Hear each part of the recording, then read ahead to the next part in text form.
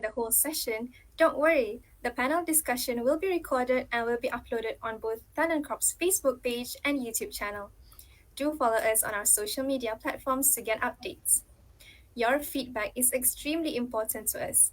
Upon exiting this hall to the exhibition room, we would really appreciate if you could spend some time to fill up the feedback form with the link provided in the chat box later. So, without further ado, allow me to just quickly introduce our speakers before I hand over the floor to our moderator. Today, we have Cheska Tatiana from Project Girls for Girls Malaysia, Nurathira from HungerHurts, Ming from Teach for Malaysia, and Reza Abedi from Malaysian Youth Delegation. The session will be moderated by Raudhah Nazran from Accelerate Global. Today, they will be discussing about social movements, how they can bring about changes in our society, and how can youth be part of it. I am very much excited to hear what they have to share and have in store for us. Over to you, Raudhah. Perfect. Thank you very much, Akila. Hello, everybody. A very good afternoon and welcome to, yet another panel from the semester break program of Talent Corp. And today we will be talking about power to the youth, creating an impact with social movements. Now, I'm pretty sure all of you are really pumped, really thrilled, really excited because we've got 4 amazing panelists to speak about the issue today. Now, just a brief introduction about myself. My name is Raudhah. I am the Chief Executive Officer and founder of Accelerate Global. It is a social enterprise, and what we do is we run upskilling programs, especially amongst the underprivileged and the marginalized, developing them into becoming entrepreneurs of their own.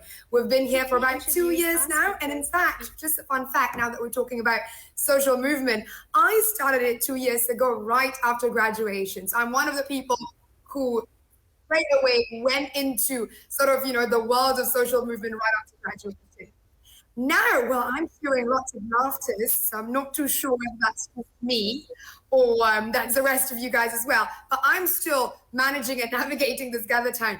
Anyways, as I mentioned earlier, we've got today 4 amazing panelists. Let me just introduce them first. We've got Cheska, Tatiana. There you go. There she is. Hi, Cheska.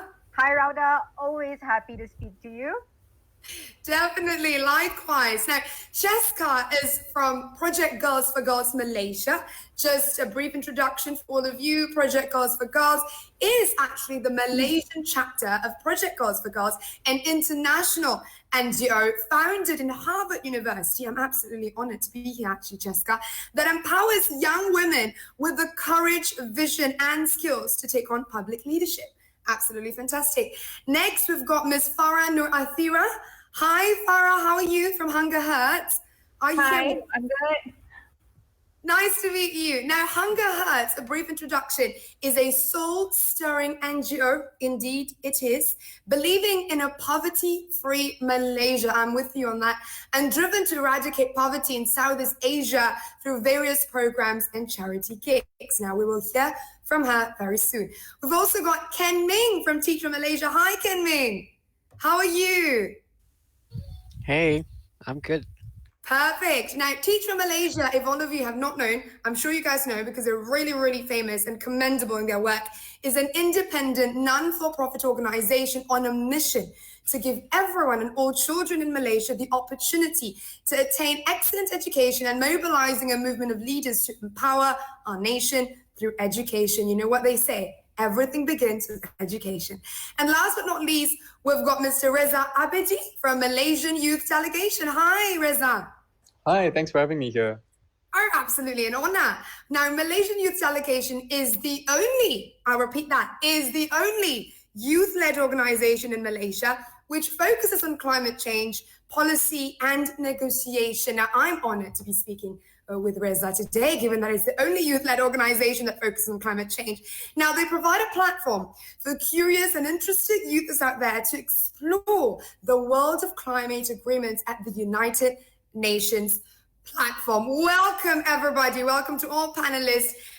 Again, like I mentioned, an absolute honor to be here, and I'm sure all the youthers who are in the session today are absolutely thrilled. Now, without further ado, let's get started. Let's get the ball rolling. Now, the topic that's given to us today is very timely. We talk about power to the youth. Everybody in the community, everybody in Malaysia, at least, have actually already acknowledged the power of the youth in actually mobilizing the nation in Malaysia and also abroad. And today we'll be focusing on essentially talking about social movements and how exactly can we change through social movement. Now, for this panel session today, I've actually created a structure. There will be 4 things or 4 points that we will be discussing today. I will give the floor to all the panelists to introduce themselves and the organization, and then we'll go on to talk about COVID-19 and essentially, how it has affected social movements. And then we'll essentially unravel the issue of the importance of youth movements. We're going to talk a little bit about youth-led social movements and why exactly it needs to be youth-led. And last but not least, we will be talking about professionalizing the social work in this country. Now, okay, let's get started. Now, I'm going to pass it over to the panelists to give us perhaps a 2 minutes. Now, I know 2 minutes is very, very relatively short, but I'm sure you guys can do this. So perhaps introduce yourself, introduce your role in the organization that you're from and the organization as well, and what it has been doing for the period of time it's been essentially established. Now I'm going to start with our dear Cheska here. Look at her, stunning. Cheska, why don't you give a bit of introduction to the audience? What is Project Girls for Girls? What is your role? And what have you been doing to empower all the girls, not just in this country, but abroad? Amazing. Okay, so firstly, thank you, Raudhah, and the Talent Corp team for having me on behalf of Project Girls for Girls here today. It is so exciting being able to virtually be in a room with all these new faces after 2 years of seeing the same 10 faces every day. Right, so Raudhah, let me introduce myself. I am Cheska. I am the head of socials and the head of community building for Project Girls for Girls Global. And I am a mentor and core team member of Project Girls for Girls Malaysia. So let me just rush through a little bit about Project Girls for Girls. We are an NGO established in 2017 by a group of trailblazing friends in Harvard. Our vision is clear, and it's something that a lot of us might resonate with. We believe that there should be equal representation from men and women at the leadership levels. So how do we achieve this? With a very, very simple mission. We aim to equip young girls and women with 3 things: with the confidence, the technical skills, and the network to pursue leadership positions. So our target audience are girls and women at the precipice of change. So we focus on the key time periods where women gradually fall off the track to leadership. So this is when they're graduating from high school, graduating from university. This is when they're first starting their careers. So this is all the mentees around the age of 16 to 25. And for the mentors who will be training these mentees, it's anyone who's around 10 years into their career or anyone who's really shown exemplary leadership. So since our inception in 2017, we are now active in 24 countries. We have over 5,000 members worldwide, from Zimbabwe and Botswana all the way to the United States and Iceland. So this is the network that all our mentees and members have access to. Did I make it? Did I make the 2 minutes? Oh, you did, darling. I was about to stop you, but absolutely fantastic, Cheska. I love it, and I love that the mentors are not just from the country, but also abroad. I think that particular network is definitely crucial. Now, I'll get back to you with the next question, okay, Cheska? I'm going to go to the next panel. Farah from HungerHurts. Why don't you give us a bit of introduction about what you do and your role within HungerHurts? All right. Hi, everyone. You can call me Tia for short, but okay, a bit nervous to talk about social movement today. What I do in HungerHurts is actually I'm the finance director for HungerHurts. So anything about money is all on me. How do we sustain and everything? So yeah, you can ask me questions about our financial structure. Also, HungerHurts is actually a youth-driven NGO to eradicate poverty in Southeast Asia. So we focus on the 3 SDGs, which are no poverty, zero hunger, and quality education. And we are currently having we have ran 11 projects. So the most active one would be One Meal for the Kid, and currently we have this White Flag initiative, which is the COVID aid, and we also have food banks. We also do deliver our aid. Like, we mainly focus on Malaysia first before we go abroad. And yep, regarding the gigs, yes, we do have Chance for Happiness. Previously we have run it because there was no COVID at that time. So we do like have charity gigs all around Malaysia. But as of now, yeah, we have different plans for it. So maybe we can talk about it later.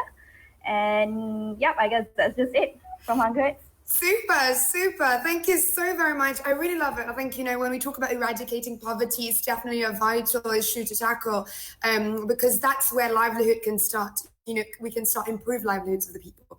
So, thank you so much. Now, I'm going to move to Ken Ming from Teacher Malaysia. Everybody knows you. Everybody knows TFM, but perhaps you can just, breeze us through again about what TFM is and then your role within TFM. Thanks, Raudhah. Hi, everybody. My name is Ken. I'm one of the senior leaders as well as the head of special projects here at Teach from Malaysia. We've been around for maybe about 9, coming to 10 years right now. And I really love the topic on just youth movements, right, and building social movements because it's actually at the core of what Teach from Malaysia cares about.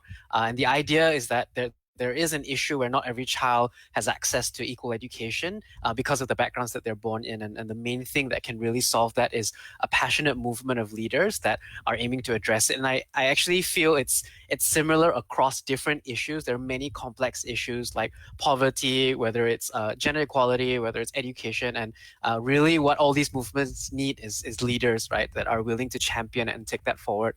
So for us, we provide a full-time leadership program where we place fellows in underserved schools. So I used to be a teacher in school in the program a long time ago, about 8-9 years ago, and I taught in a fisherman village for 2 years. And I think the idea is that an experience and exposure, like many of my learned colleagues and people here on the panel, our own experience drives what we're passionate about. And for me, spending 2 years in a fisherman village teaching kids that didn't really have lots of different opportunities really shaped what I cared about and how I shaped my career moving forward. So essentially, over the last 10 years, we've recruited 9 cohorts, about 450 leaders, 175 schools, and we are expanding to do programs with the ministry, with existing teachers, and with volunteers as well. But I think essentially leadership development is at the core of addressing education inequity. So yeah, that's all from me. Perfect. Thank you so much, Ken Ming. Now, what really caught my attention when you were introducing TFM was actually your experience teaching, and actually being in the fisherman village. That's very crucial because when we talk about social movement, it's about going down to the ground and actually doing the actual work as opposed to just talking about it. So we'll explore more on that in a bit.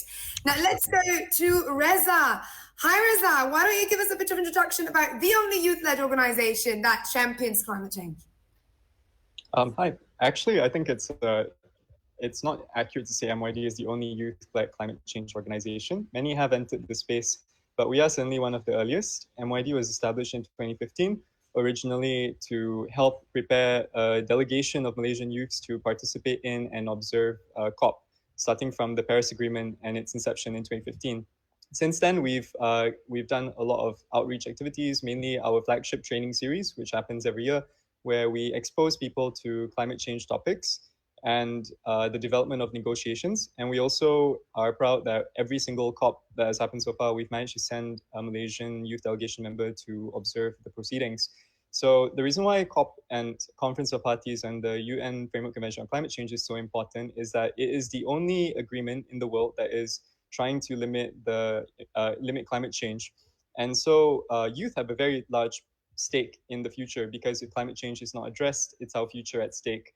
So recognizing that, MYD is also completely volunteer and youth-led. We have strict policies to ensure that we advocate effectively, such as not accepting money from fossil fuel companies, not collaborating with fossil fuel companies, and we also have developed policies to ensure that our independence can be maintained, so that we can effectively advocate for climate interests of youth as an independent party, and also whilst creating a space that youth interested in this topic can join us. So we recruit new people every year, we change our leadership every year.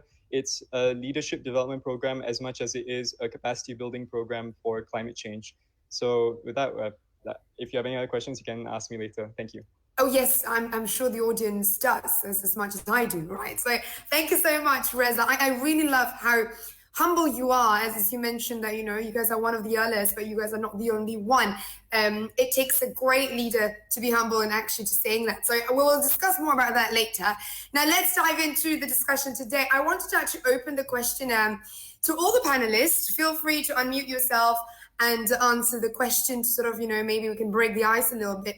Let's talk about COVID-19. I know some people are getting tired talking about COVID-19. I, for one, am really exhausted already talking about it over and over again because all I want is solution. And so the question is very much tailored towards a solution. As you know, companies, organizations, NGOs, social enterprises, everyone were forced to adapt and essentially, survive during the pandemic. So my question for all the panelists here today is, what or how has your organization adapt to the needs of your beneficiaries or your target audience during COVID-19? Anybody, you guys can feel free to unmute yourself and take the floor. I'll just go first because NYD, our bread and butter is just running training series really and building the capacity of our members. In the pandemic year, since that we've experienced, we've moved almost everything online, and that has been good in terms of reaching out to people who have internet access, but we could definitely do more in terms of spreading the message and awareness about climate change on the ground, because many people, for example, do not have stable internet connections, as we've seen with the impact that the pandemic has had on education, like people having to climb trees to get a signal from their villages. So what we've done to adapt is to move completely online, because we can't with good conscience put our members at risk to run physical programs, and also physical programs are out of the question with the on-off lockdowns. Running programs virtually is, however, very challenging. We don't get as much engagement. You don't get those organic interactions between the audience and the speakers that would otherwise happen. And for people who would, for example, be interested in talking to an MYD member, just hanging around, taking care of the event, those opportunities no longer exist. So adapting to the pandemic requires a bit of creativity. I think that using Gather Town, for example, like this is brilliant, and it simulates real interaction. But we also have to recognize that this is also a bubble of people who already are internet connected. And to expand our message, we need to reach the unconnected. Yeah, absolutely. Brilliant, Reza. You actually mentioned something about, we've got to connect with those who are disconnected and who's experiencing or who's affected by a digital divide. I wanted to say that I resonate really closely with you when you say that, when you turn things online, when you host all these talks online, the engagement level is really low. Same as well here at Accelerate, we run our upskilling programs and we've got to digitize all of our programs online. And you can see, the decrease in engagement. And I think it is an issue that most social enterprises or NGOs that are, based on workshops or talks, they experience that. So having said that, I actually wanted to go to Ken Ming. Given that, your focus is on education, schools are closed during COVID-19. It's absolutely horrendous out there. And parents are debating whether the kids should go to school because of COVID-19. So how has TFM adapted to this? What are perhaps initiatives that TFM has done in order to ensure that the kids or the children are still being educated? I think one thing to recognize is that the landscape of education is changing quite dramatically. Even rethinking about assessments and how education is run. So initially, I think last year, teachers just moved, whatever they're doing physically to just go online, right? Zoom, watch me, I'll teach, right? But I think it's changing so much because you have to engage with your students. You have to create different platforms, whether it's Google Meets, quizzes, different types of engagements. And I think the digital divide is probably something that Teacher Malaysia has been addressing the most, because in Malaysia, I think of the 5 million students, there's something like I think from the stat last year that only about 40-something% have stable access to either a device or internet. So that's close to 50 or 60% that don't. So that's 3 million out of the 5 million students that you could have a device, but you actually have 5 siblings, right, with one device in the house. Who gets to decide who goes to class today, right? So I think a lot of work that we've done in the last year have been focused on varying different parts of the bandwidth. I think our program, definitely everyone's gone online. So both our organization as well as our partner organizations or our alumni have moved our learning online, and we are kind of moving to this kind of what we call an asynchronous model, where it's not just sessions where you learn, but things that you engage in a Zoom session, and things that you can kind of read and engage with, like videos and things like that. So that's for our training. But I think specifically for our students, there's been a lot more to address in that gap. I think one initiative that we piloted, because we thought about pedalaman students, right, rural students, for them, pandemic, no pandemic, also their school is already at a disadvantage. And so when schools close, and we've been closed for a good 300 days of the last 1.5 years, it's been more closed than it has been open, right? And so we've had to pilot a lot. So we started sending kind of learning resources or little activity kits to students in rural areas, starting to work with communities in Orang Asli communities on and PPR communities on certain projects that we can help students access lessons. And then finally, it's also the amount of content that there is. I mean, if you're a Form 4 student or Form 5 student right now going online, what do you Google for, right? What's the best resources? You have your online textbooks, but what do you really want to engage? What kind of videos do you watch, right? And so we've curated a kind of website with online learning resources as well as lessons that can really follow the syllabus and help students. You don't really need a teacher if you want to study on your own, and I think it's gonna be a lot more student led in the years to come. And I think finally, in closing, the way that we're thinking of education definitely needs to shift. That it's no longer very teacher centric. That you go to school and you're facilitated to learn, but it's going to be a lot more student centric, right? In terms of what a student chooses to learn and whether they're equipped and trained to access those resources. And so leadership on behalf of students, as well as how teachers facilitate and create that, is a big key, and that's what we work with our fellows and alumni in doing. Super, phenomenal. Thank you, Ken Ming. I'm going to take what Ken Ming said as a pain point to move to Cheska, actually.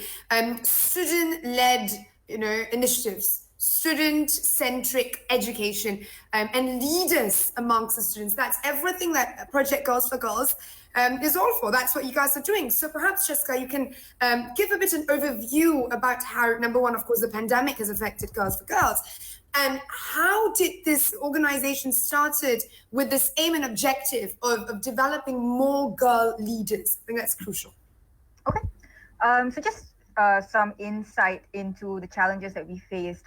What I'm going to say won't be that different from what Ken Ming and Reza shared.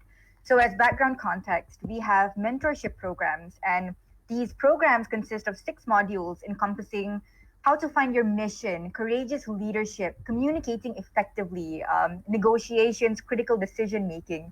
So the thing with our modules is that they require significant amounts of face-to-face interaction, because this is where we're able to observe body language. We support mentees through exchanging personal words of motivation. And the energy that exists in these sessions are infectious. And I think this is something that Ken Ming can resonate with. Like online learning, you simply cannot replicate that environment that you have in real life. So that was the biggest issue that we faced. So with the pandemic, we've had to rethink, deconstruct, and reconstruct these modules so that we're able to emulate real life engagement in the best way that we can. And how we did this is we reworked our slides entirely. So if you look at it now, it's gone from like a 20-30 slide deck into something that's 150 slides long, because there's so many filler slides, there's prompts, there's links to other platforms, like what Ken Ming mentioned, that we want the kids to engage on. But in addition to reworking our usual scope of work, what we also picked up on was from the girls in our organization, from these young girls, there was an underlying pressure that was increasing. And this is where topics like mental health, work-life balance, time management, depression started to emerge more prominently in the mainstream. So in response to this, we took their feedback and we started crafting webinars and masterclasses. Essentially, what we do in these sessions is we invite experts, like one of them was yourself, Raudhah, to guide these girls and to give them that motivation, because what we're very aware of is that the pandemic has set back the female leadership movement by several decades.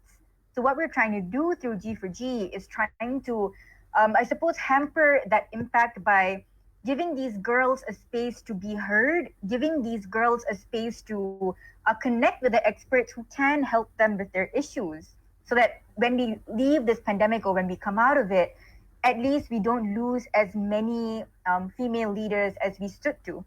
Does that answer your question? It does, Cheska, of course, brilliant. What really caught my attention when you spoke was listening to feedback from the girls themselves. Yep. When we talk about social movement, that is the one most important element, especially if you want to stay on the course and stay in the industry for a long time. So I'm really proud to hear that. And yes, I was absolutely honored to be there as well in one of the mentoring programs. Thank you so much, Cheska. You actually gave a really jewel of a nugget there for the audience. So to those of you who are interested to start a social movement, remember this: talk to the target audience, talk to the beneficiaries, understand their needs, because a lot of times what you think is good for them might not be. You know, it takes you to go down to the ground and understand them to actually formulate the best possible solution if you wish for the beneficiaries. Thank you, Cheska. Now let's move on to a different setting altogether about fundraising during COVID, rallying that troops and resources to make sure that we can continue eradicating poverty. So I'm going to pass it to Tia. Perhaps you can share with us about, what are perhaps one of the most famous crowdfunding campaigns that have been going out during COVID, apart from, of course, for food. Are there any non-financial fundraising going on out there in terms of assisting those who are affected during COVID? All right, so COVID has always been a challenge for us because we usually go like ourselves in person and provide all these aids.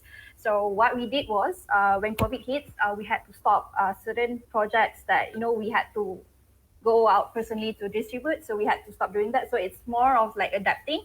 Everyone is like working from home. So, and a brilliant idea that we had was One Meal, which is a project where we actually partner. Okay, for example, if we have a community in Klang which needs aid, so we can't, like for me, if I'm living in KL, we can't actually cross borders to send them help. So what we do is we partner with the businesses over there, the local businesses, the B40 owners who are also struggling with their financials. So what we do is we raise funds and we partner with them, so they would deliver because they are within their 10-kilometer radius, so it's fine for them. So that's what we do with our One Meal project. And also we have COVID-8, the White Flag Initiative. So we do also screen. This is where, when you sit at home, there's so many everything, since everything is so is digitized. So you have to go through every single thing just from your computers or laptops. So we also have forms where these beneficiaries can actually apply. So we go through them, we verify them whether they're the right person. So we don't simply, send help or send aid just like that. So that's how we actually adapt. And also other projects, we also run the same way. We actually help businesses like B40 for B40. So it's a complete cycle. It's helping them as well during this time. I love it. Now I'm going to stay on with you, Tia. Actually, you opened up the next part of our conversation because I don't want to focus too much on COVID. Everybody, just wants to talk about solution and not dwell into the problems and everything that we've gone through for the past 2 years almost. You mentioned about collaboration. It is vital. One of the key elements as well, because when I was looking at the topic today, Power to the Youth, I cannot help myself to think about the fact that we see organizations out there, and this is going to sound very controversial a little bit, but I think it's important to highlight. There are a lot of organizations out there with similar objectives and goals, and they are all working in silos. In fact, to be very candid with the audience and with the panelists, we are seeing a trend where youths or even a group of youths resort to creating their own separate organizations and bodies, claiming to better tackle the issues as opposed to working together with existing organizations. And actually, I always believe that alone you are strong, but together you are stronger. But as opposed to actually, capitalize on that particular strength, there is a trend where ambition over service is taking over. Essentially, We're talking about ego. We're talking about, you know what, if people can't do it, let me do it, as opposed to actually working with existing organizations to rally out the resources and rally out the help that is desperately, that the country so desperately need. So this question is for Tia, and of course to everyone as well. Do you think this kind of mindset is right moving forward? Would it not be redundant and uncoordinated, because there is no amplification of impact when everyone is working in silo? We can only amplify impact when we work together. So what are your thoughts on this? Because I'm sure some of the audiences here, now I'm not stopping anyone from starting their own organization. I'm saying perhaps we can give a little bit of advice to the youth is here about starting an organization or leveraging on existing organization such as TFM, such as Girls for Girls, and everyone here today. Thoughts, panelists? All right. Okay. Yeah, we also faced and also we have raised the same issue that you have been thinking about. So basically, if everyone, we encountered this usually during Ramadan, where every single person would go to the KL streets and give out food. So the beneficiaries, at times, they rejected us because they're like, oh, I've had the bread, oh, I've had the rice. So this is the problem that, you have to encounter. So what we do is we do collaborate with even companies. Usually when usually during Ramadan, it's a very common season for people to do their own charity. So what we do is we also provide a platform where they can raise their funds and also directly send it to us. And I think we've done this a lot of time as well. We actually partner with other NGOs as well. For example, like Mask Up, we actually partner with Yayasan Gutanyo. If you know, they do masks. So we actually have the power to buy masks as well. But why not let's just partner up with them and, give it back to the B40 community as well. So we also have Connect Rakyat, where we've raised 59,000 ringgit to purchase laptops for B40 students. And yeah, basically there's a lot of projects that we do actually partner. So everyone can just feel free to, contact us and say like, oh, okay, maybe I wanted to do my own birthday donation. You don't really have to create a new NGO for it, but you can just like connect with us and we provide you the platform and you can just share the link and everyone can donate straight over there. It's a lot simpler right now these days. Yeah. Yeah, absolutely, Tia. Cheska, what about you? What do you think about this trend of resorting to creating their own organizations and not wanting to work with people? Okay, so I do think it's worthwhile to note that some founders establish new organizations because there are older, more established existing organizations who don't necessarily want to take in new perspectives. And because of this, they feel stifled and they go on to start their own thing. But on a general level, I do think it's fine if we have an abundance of organizations championing a similar cause. Often this does bring benefits. And the reason why I say this is, for instance, an organization highlighting period poverty, for instance, right, in Bukit Damansara, might not be able to reach the same communities who might need it in Selayang, for instance, especially those who don't have access to social media. But where I disagree is if we come across organizations who genuinely refuse to work with other like-minded NGOs because they're their competitor. And I think it's necessary to say that while there are many social organization circles in Malaysia, the circle itself is only so large. There is more benefit to working together and pooling your resources for greater reach. And in trying to fight for lasting and significant change, you need leverage. And you can only achieve this when you have one, loud, significant voices backing or funding your program.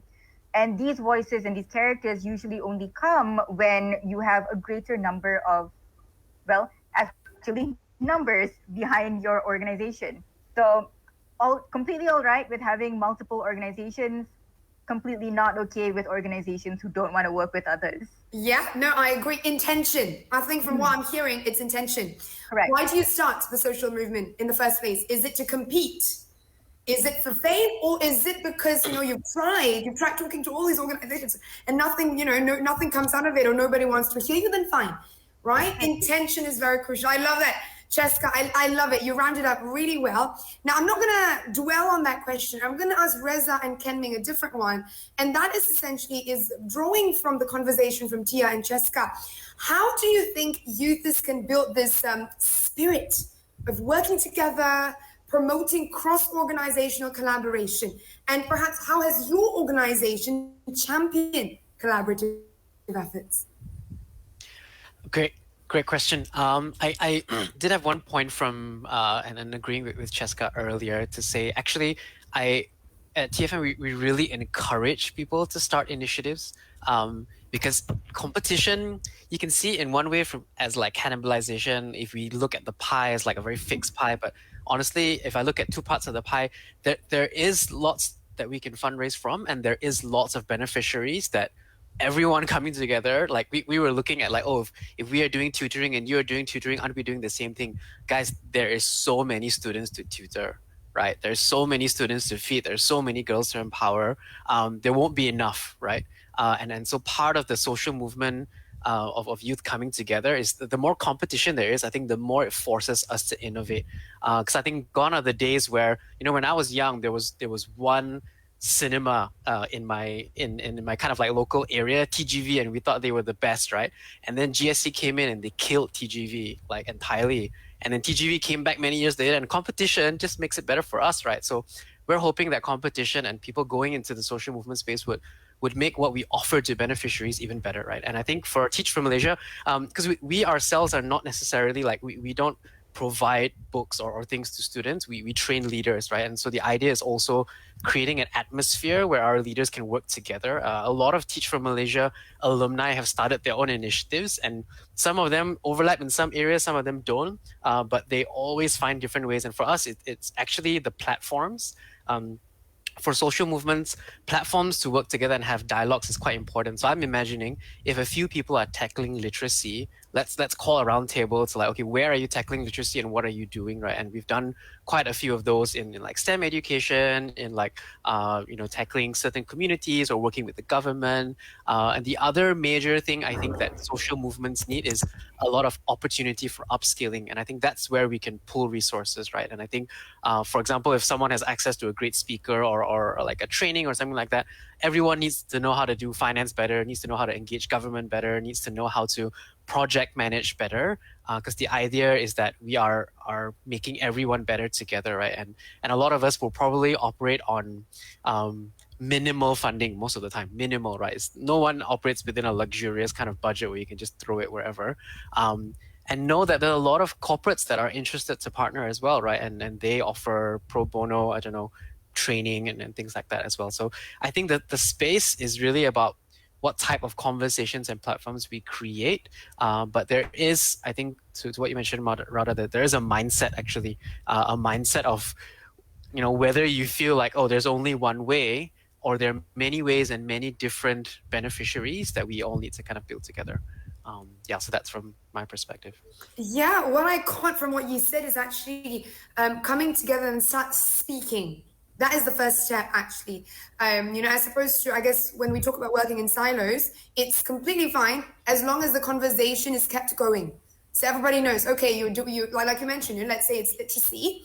A is tackling literacy in this area, B is tackling literacy in that particular area. Perhaps that conversation definitely we must organize that. Perhaps Talent Corp can organize the next one, since they rallied all of us here, and I think that is harmonizing collaboration already. Fantastic. Reza, what do you think? Regarding those conversations, I do agree there have to be exchanges. We do not want to reinvent the wheel in terms of building our own capacity and expertise in things that other organizations do better.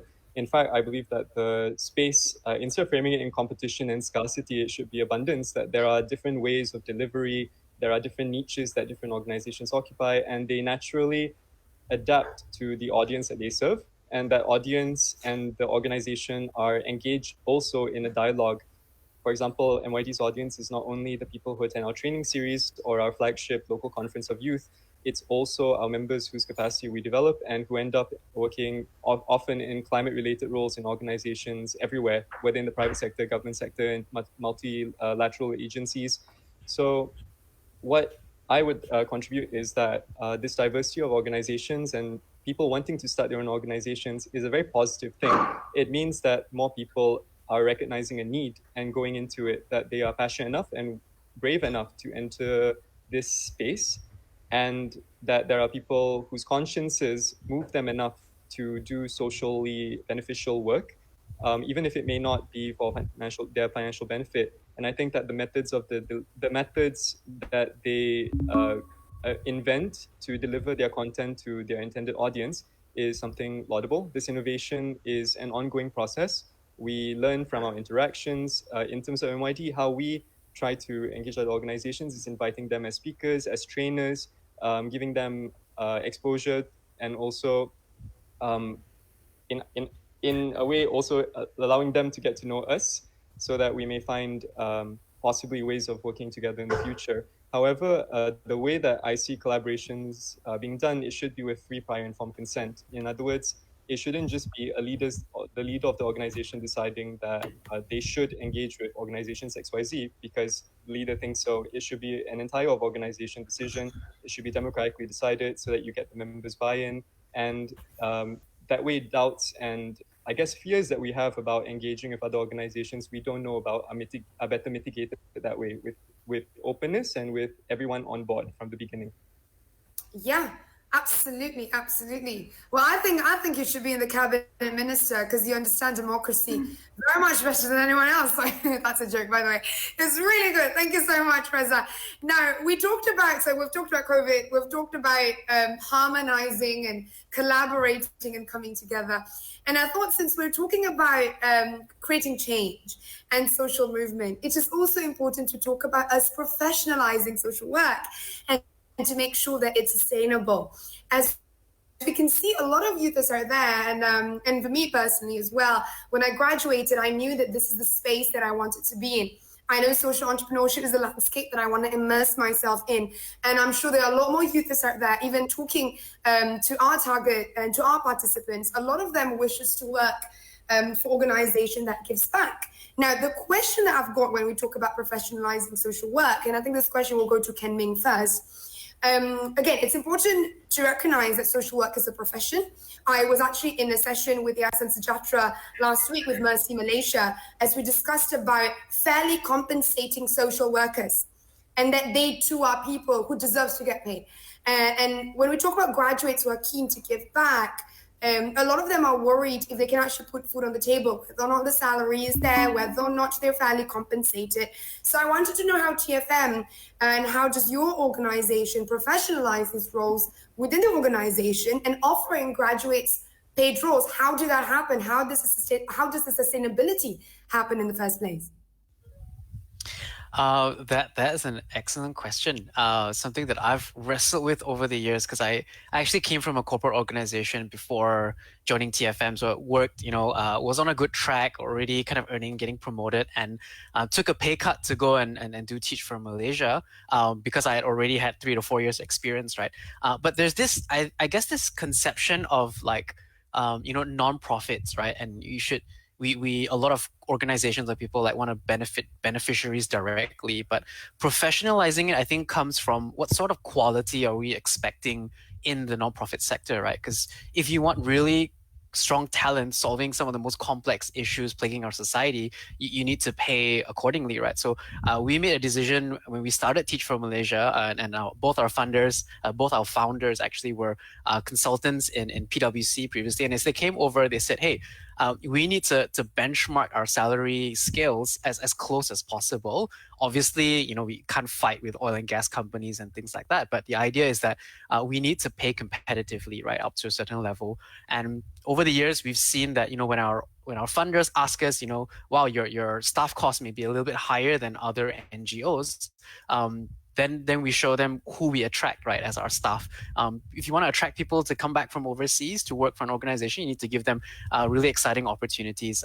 So similarly, we've been trying to benchmark that across different alumni organizations. I think one thing to note, or at least one thing I've come to accept in working in the social sector, you will never not have enough. So you will have salary to kind of meet all your bills and commitments. I mean, I'm a father of one, I have housing loans and stuff like that. So you will be able to, but if you're joining the social sector to get rich, this is not the right sector for you. You won't you won't live a lavish lifestyle, but you will live something very, very meaningful. So I think the professionalism kind of balance is making sure that career development is all benchmarked against other organizations, right? So you spend 3 to 4 years in a social sector, it will be similar to spending 3 to 4 years in a corporate sector. And I think that's what we want to make sure that it's not just us giving of our time, right? Because it's very different when you take it on as a full-time job versus volunteering on the weekends. So that's where I'd position it. Fantastic, Ken. I've actually always admired how TFM has, competitive salary for graduates. In fact, it is actually fantastic, and a lot of organizations should definitely replicate what TFM is doing. Thank you, Kenmi. I'm going to go to Tia. As you mentioned, she's all the finance girl, money, ching, ching. So let's ask her this question. Tia, sustainability, of course, is key when we talk about building tangible and meaningful change. And when I talk about sustainability, we talk about financial sustainability as well.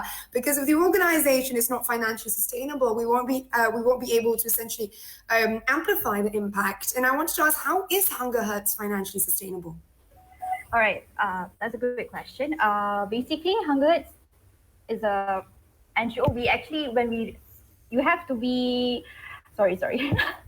You have to be, your marketing wise, we actually, it's back again to the organization structure. So you have to have proper teams. Everyone has to work out their own departments so that we all can run on budget basis. So we also have an annual budget where we set. We have our core projects that we would basically run for the whole year. We plan ahead, and also we partner up with. Usually, we have companies who wanted to do their CSR with us. So that's where we have ongoing projects on, and we also have money coming in and out. So that is where the finance department needs to monitor closely to ensure that everyone can actually run their project on a timely basis, and also we don't miss out any beneficiaries that needs our help. And sustainability, we need to make sure that the project that we run is also not just because of finance, but also we need to make sure that the project that we run has a definite social impact, and the social impact is prolonged, and our beneficiaries could also be independent afterwards. So that's the process where it's really tough for us to tackle as well in terms of sustainability. So it's not just like providing groceries for 1 month and then okay, that's it. Are they gonna because in the end, they would actually come back to us and, request for more. So we need to think out ways, not just about giving out money or giving out aid to them, but also what else can we do for them? So that's where we have a few projects that is coming up that we actually teach, again, 1 meal project. We teach our vendors when we buy from them. We also have classes with them where we teach them about sustainable business, and also about going on for getting digitalizing their whole business process and teaching them this and that. So that's the process. I love it, Tia. I really love how you mentioned about also the long-term impact of the projects. And I see actually a way for us to collaborate as well, perhaps after the session. So just to share, Accelerate, we run our upskilling programs, and essentially we help the youths become entrepreneurs of their own to make sure that they can generate income, especially in these tough times. So I see a way to collaborate with you. Perhaps we can talk after. Thank you. Sure. Yes, I love it. Thank you, Tia. Now, I see the clock. We've got about maybe 10 minutes or so for me to steer the conversation, and then I'm going to open for question. I want to give the spotlight to Cheska and Reza, actually, because it's also important to know that there are people out there who are doing things on a volunteering basis, right? And so I think the both of you are doing that. And I wanted to ask, what drives you to take time off from your day, do it voluntarily, and perhaps what are your advices for the youth out there who are listening, who wishes to volunteer and actually have perhaps a corporate job on the side? Because that can also be an option, right? That can also be an option, and I think we shouldn't sideline them just because they just want to do it voluntarily. So maybe Cheska, you can start, charm them with your inspiration. Oh my God, okay, that's pressure right at the start. Okay, so let me just start off with, so G4G, all of our volunteers run on an entirely volunteer basis, as the name might insinuate. So no one gets paid. People volunteer their time, their effort, and really their energy to the cause, because It is a common cause that we can all believe in. Most of our volunteers are women. You know, we've all faced the challenges that the mentees that we are mentoring have faced. You know, we have faced the challenge of not having a network to rely on, not having the technical skills to really push us forward in our careers, and also not having the confidence because we lack the network and the technical skills that we need to push us forward in our careers. So what I want volunteers to know is that there's always this assumption that if I volunteer on the side, this is going to take up, if I have 24 hours in a day, work takes up 12, volunteering is going to take up another 12. I'm going to say that that is a misconception. So most of the time, NGOs do require energy from you, but you're able to select at which level you want to participate in. Let's say for girls, right? We have our core team. So our core team is on almost 24/7 every day, and that's because we willingly want to. This job usually gives us some soul in addition to what we do on a corporate on during the day, like in our corporate jobs. But there are also people who are mentors, so they come in only whenever we have a mentorship program ongoing. We have people who are freelance designers, and what I want people to understand is that regardless of your role in an organization, volunteering is volunteering. So when you want to get started in it, don't feel pressured to be like, yes, I must now enslave my life to yet another organization. Nah. Just speak to the founders, speak to the people who are organizing it. Be honest about your capacity. We don't want a situation where you get burned out instead of more inspired from all these volunteering roles, because that's what it's meant to do in your life. Have that honest conversation with them, tell them about your capacity, and find a role that really complements the way you're living your life right now.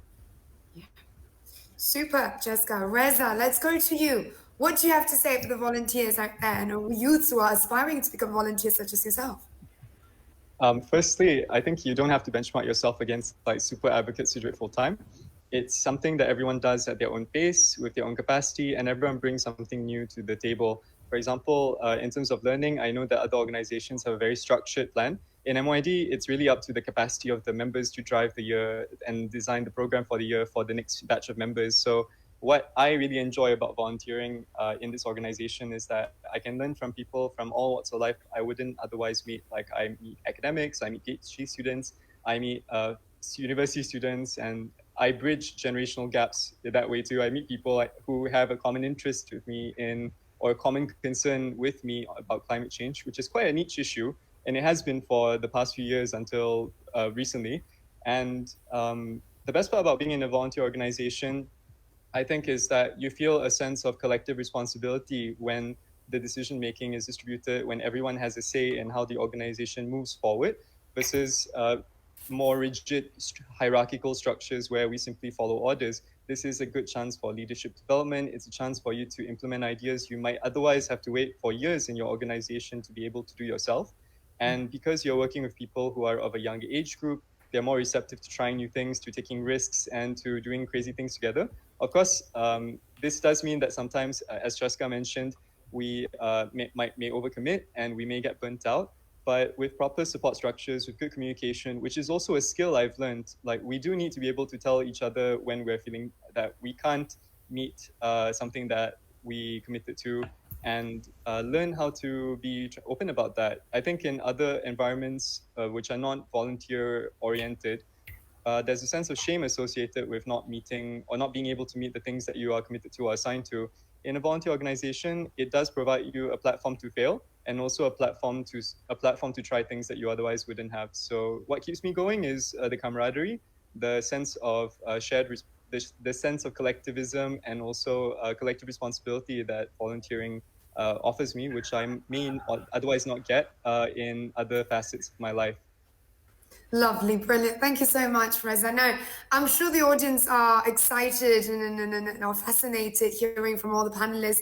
I'm personally super pumped because I think this panel is really diverse. We've got people from different, whilst we are all in the social movement scene and social movement industry, so to say. I think we've all got different opinion and we've all got different settings. So for example, TFM, there's definitely that, salary and that financial sustainability, so as it's HungerHurts, but there's also the beauty and volunteerism as well, such as what Reza said and Cheska said. And I think what I really want to highlight to the youth who are listening out there is the importance of actually knowing what exactly you want to do and what path do you want to take. It doesn't matter if you want to volunteer, fantastic, you can do that. But if you want to, do it for the full time, or you want to find a job that actually helps you to focus on social movement or on social impact, then that's also a route for you, because we've got multiple different choices here in the country. Now, I'm going to open the floor to Q&A, and I'm already seeing some questions coming in. One of which I'm going to address to Ken Ming, actually, because Ken Ming talked about a lot of innovation, competitiveness, room for innovation, and so on and so forth. So the question for you Ken Ming, from one of the audience here, is what new social movements might exist in the coming future? I can't really tell so much of the future, but I think it's really going to be politically driven, of people that just can't stand dirty politics and things. I mean, things like Undi 18 that's coming up, and youth movements that really care about, whether it's clean and fair elections or even the power of the youth to be able to decide. I think there's, Parliament Muda Malaysia and things like that coming out. So I think those are really exciting.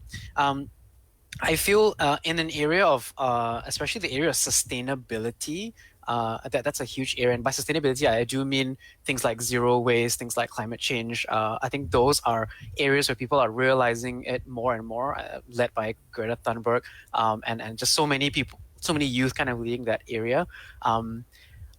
Yeah, those is what I can think about. In Malaysia, actually, there's a lot of movements going into STEM, and really training students in STEM, which is preparing for the future. So there's quite a number of our alumni and teachers, and then also little initiatives coming out that's helping students, especially students from the B40 communities, right? Because one thing that an organization like Google has led is, they start to hire people without degrees, right? Just based on certificates. So what our children's future may look like is that it's going to be very skill-based, it's going to be very portfolio-based in terms of what sort of opportunities, and it is a digital future that we're looking at, whether we like it or not. So are our students ready, right? And now you have students as young as 10 years old in India that can code an app and create their own company, and I'm just like, oh, what was I doing at 10 years old? But yeah, I think those are the kind of social movements that we can anticipate. Cool. Thank you, Ken Ming. I hope that answered your question. Now, we've got two more. And this is relatively interesting because she is asking about the benchmark of a successful social movement. Now, before I open this to the panelists, this is something that I tell the team at Accelerate Global always. And I tell them that everybody operates differently. And so everybody has got their own successful metrics. And then we cannot generalize it as such that, if I wake up at 8, for instance, I'm successful. If someone wakes up at 10, he's unsuccessful. So whenever we talk about benchmark, I always believe that every organization, every social movement have got their own successful benchmark, and it differs. For instance, with Accelerate, our benchmark is when all of our beneficiaries that went through our programs can stand on their own 2 feet and are independent and have started a business to make sure that they can essentially provide for the family. That's Accelerate's benchmark. But perhaps Cheska's benchmark, Tia's benchmark, Reza and Ken Ming's benchmark is different. So maybe we can give the audience an overview about what is the benchmark for your organization, as opposed to giving them a generalized benchmark. Because for me personally, as the moderator, I'm going to set the tone, because I believe that everybody has got different benchmarks and everybody operates differently. That is something that we all should appreciate, because we are all unique in our own ways. At least that's what I believe in. Feel free to say it's wrong, but that's just me. Cheska, maybe you can start. So I love how you essentially, did you read off my notes for your answer? So I'm just here trying to find words that will not be a complete replica of your answer, but you're absolutely right when you said everyone has their own success metric. For G, our success metric is how many girls after our program have the confidence to try out for a leadership role. And it doesn't matter where they try out, and it doesn't matter if they're successful, because we realize that, to achieve this success, there might be several tries along your leadership journey. So among the things that we track is how many girls try out for a leadership role, how many girls are brave enough to negotiate their salaries. Like that was a personal challenge to me. Since the start of G4G, I started in 2018. My salary has pretty much doubled. I've switched jobs like 3 times. Every single time I've gotten a promotion, and it is something that it's a benchmark that we hold for our girls, because when we say equal representation at the leadership level, we also mean equal salaries. We also mean equal representation, as in the representation of your voice. I hope that answers the question. Yes, it does. It does. I love it. Reza, what about you? Oh, you're muted. Sorry, yeah, there you go. Yes. For MYD, our benchmark is internal succession planning. Do we have a new committee that's ready to lead the organization the next year? And whether we can complete our core programs, which are a training series and also our local conference of youth. And if there's a COP, we want to be able to track COP, to produce opinion pieces on it, to send someone to COP to observe the proceedings, and to have a home team to support negotiations, tracking of negotiations. We also try to have a post-COP forum where we invite Malaysian negotiators to share their findings, the main issues, NGOs that track negotiations, so that this knowledge can be preserved, because COP is an extremely niche event. It's very important, as I mentioned, to the future of global warming, but very few people are aware of it. So the more people who we manage to inform about the stakes, the progress, and the issues, I think that's our benchmark. To have that continuity so that it's unbroken, and also to maintain our principles such as non-cooperation with fossil fuel interests. Super. I love it, Reza. How about Tia and Ken Ming? Sorry, I just got an alert that I need to wrap up. I'm sorry, panelists. So I'll give it to Tia and Ken Ming to wrap it up with your success metrics. All right, I'll just give it a short one. For HungerHurts, it's basically what is the impact that we are going, because we used to run by numbers, we will have thousands of people, but we also want to make sure that these beneficiaries also receive a very strong impact from us, a very sustainable impact. So yeah, we run with numbers, we run with also the impact. So we post them everything on our social media, which is our Instagram and also our website. So you guys can check it out from there. Yeah. Super. Ken Ming. Oh, you're muted. Sorry. Sorry, yeah. There's a metric side to the success, but maybe I'm making a decision to speak not so much on the metric side, because I agree every organization have their own success metrics, but I really do feel on a broader social movement sense, it's actually, are we able to shift behavior and conversation within a certain space and field? And for TFM in the last 10 years, starting off, are there leaders, social entrepreneurs, people within the education space that's driving? There were a few, and now there's a lot more. And is the government open to hearing feedback or collaborating on some of these things? And I think that's where we're trying to shift. It's a huge mammoth of a thing to shift, but I think behavioral change and the topic of conversations, if that evolves, then your social movement is really moving the needle. Yeah. Super. Thank you, Ken Ming. I love it. It was very concise, but to the point. All right, then. So thank you so much, Tia, Cheska, Reza, and Ken Ming. It was a lovely one. Now, just to wrap up, perhaps I can just give a summary of what we discussed. Definitely power to the youth. I agree with that. We call upon all the youths who are listening to be a part of social movements, to create change, because the future is us. Essentially, I'm saying us because I'm a youth myself, right? I was about to say you all and forget about me, but yes. So the future is us. Now, when we talk about social movement, it is very, very important to check in on your intention. Why are you doing this? Doing it for the people and always for the beneficiaries. I quote what Cheska mentioned, listening to what the beneficiaries say, and essentially taking their feedback to better the organization. We also had Reza discussing about how decision-making is important to have all the team agreeing to a certain decision that is being made in the organization, because that's how organization can be sustainable. Ken Ming mentioned a really, really important note as well about the fact that a lot of youth should be a part of social movement. And even if there are a lot of more organizations, there is definitely room for innovation, but it's important to get the conversation going to make sure that we are all on the same page. And Tia also mentioned about the fact that if you do look for any crowdfunding platform, if you wish to crowdfund for your birthday, definitely reach out to her. And yes, alrighty, thank you very much, panelists. Thank you, audience. I'm going to pass it back to Akila. If you guys have any further question to any of the panelists or myself, you guys can find us on Instagram or our organization on Instagram. Just type our names and type the organization's name on Instagram. Thank you, guys. I'll see you guys soon. Back to you, Akila. Thank you so much, Raudhah, and thank you so much to our speakers for that super insightful session. I bet everyone got a lot of inputs and insights through what we just discussed just now and are inspired to participate with social movements. So after this, participants in Gather Town can head over to the booth of the NGOs present here today and basically to get to know them even better. So for viewers from our Facebook live stream, thank you so much for joining us today and hope you gain a lot from it. So tomorrow, we will be having our first ever Build Your Career workshop in semester break program. I hope everyone that has registered for it are excited for the session because I know I am. So see you guys tomorrow at 11 a.m. Also, for those who did not get the chance to register for the workshop, unfortunately, we have come to the end of SBP Cycle 2 2021. On behalf of the organizing team from Talent Corp, we would like to express our deepest gratitude to everyone who made this event happen. So, a gentle reminder to all participants to please fill out the feedback form through the link that you may find in the chat box to basically help us improve future sessions. Also, do share your Gather Town experiences online and don't forget to tag us when you do. So, to enter the exhibition room later, please move your avatar to the door on the left hand side and the session will end at 4 p.m.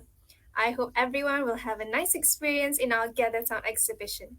Should you encounter any problems, please drop your question in the chat box and our platform provider will help assist you. So that's all from me. Until next time, take care, everybody.